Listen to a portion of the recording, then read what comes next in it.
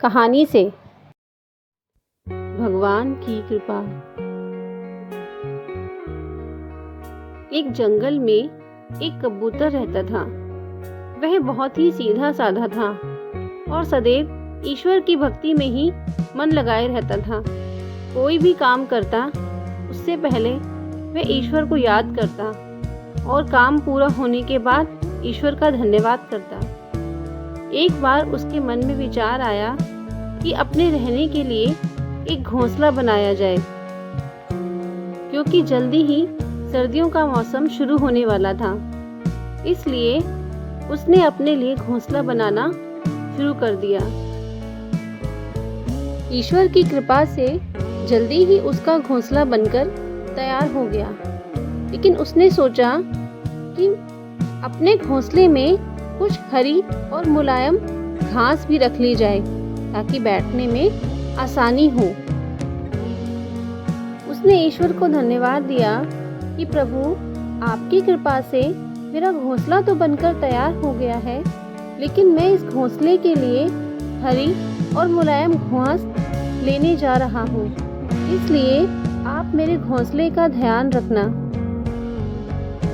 ऐसा कहकर ईश्वर के भरोसे अपना घोंसला छोड़कर कबूतर वहां से घास की तलाश में चला जाता है।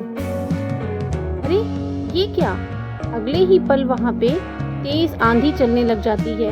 पेड़, घोंसला, पत्ते सब हिलने लग जाते हैं और कुछ ही देर में कबूतर का घोंसला पेड़ से नीचे आ गिरता है। कबूतर जब वापस आकर अपने घोंसले को नदी में गिरा देखता है तो बहुत दुखी होता है। आसपास के पक्षियों से भी पूछता है, ये घोंसला किसने गिराया? लेकिन वह उसे कोई जवाब नहीं देता। वह दुखी होकर ईश्वर से शिकायत करता है, हे प्रभु, मैंने तुमसे कहा था मेरे घोंसले का ध्यान रखना। तुम्हारे सिवा मेरा कोई नहीं है। मैं तो हर पल हर क्षण तुम्हारा ध्यान करता रहता हूँ, फिर भी तुमने मेरे घोंसले का ध्यान नहीं रखा। तुम अपने भक्तों का ध्यान नहीं रखते हो क्या? क्या तुम्हें मेरी भक्ति में कोई संदेह है या तुम हो ही नहीं? हाँ, यही सच है, तुम हो ही नहीं। अगर ईश्वर तुम होते तो मेरे घोंसले का ध्यान जरूर रखते। आज के बाद मैं तुम्हारी भक्ति कभी नहीं करूँगा। कबूतर को इस तरह भगवान से झगड़ा करते देख उसकी पड़ोसी चिड़िया के पास आकर कहती हैं, कबूतर भाई, इस तरह भगवान पे नाराज ना हो। उसने जो किया है तुम्हारी भक्ति से खुश होकर तुम्हारे भले के लिए ही किया है। हमने तो आज ये साक्षात देख लिया, भगवान अपने भक्तों की रक्षा के लिए जरूर आते हैं। कबूतर हैरान होकर बस उन दोनों की बातें ही सुनता रह जाता है। तब चिड़िया कहती हैं, अगर आज ही घोंसला भगवान नहीं गिराते तो तुम शायद जिंदा ही नहीं बचते। हाँ कबूतर भाई, ये सच है।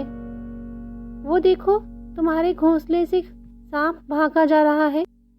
जब तुम भगवान से कहकर कि वे तुम्हारे घोंसले का ध्यान रखें, तुम घास लेने गए थे, तो मैंने देखा कि सांप तुम्हारे घोंसले के ऊपर वाली टहनी पर बैठा हुआ था और बोल रहा था कि वह तुम्हारे घोंसले में छिपकर बैठ जाएगा और जैसे ही तुम घोंसले में आकर बैठोगे ये तुम्हें खा जाएगा।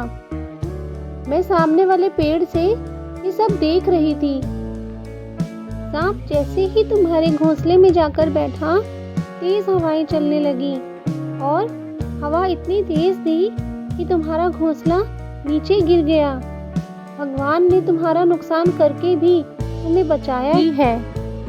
यह सब सुनकर कबूतर को अपने ऊपर बहुत अफसोस होता है कि उसने भगवान को कितना बुरा भला कहा। वह बार बार भगवान से अपने किए की माफ़ी मांगता है और कहता है कि भविष्य में वो ऐसा कभी नहीं करेगा और अपने भगवान पर पूरी श्रद्धा रखेगा। इस कहानी से हमें कभी भी भगवान के किसी भी कार्य पर संदेह नहीं करना चाहिए। जब हमने सब कुछ भगवान पर छोड़ दिया तो भगवान हमेशा हमारा ध्यान रखते हैं। वह अच्छा करे या बुरा, लेकिन उसमें हमारी भलाई ही छुपी होती है। भगवान किसी भी रूप में हम पर अपनी कृपा ही करते हैं।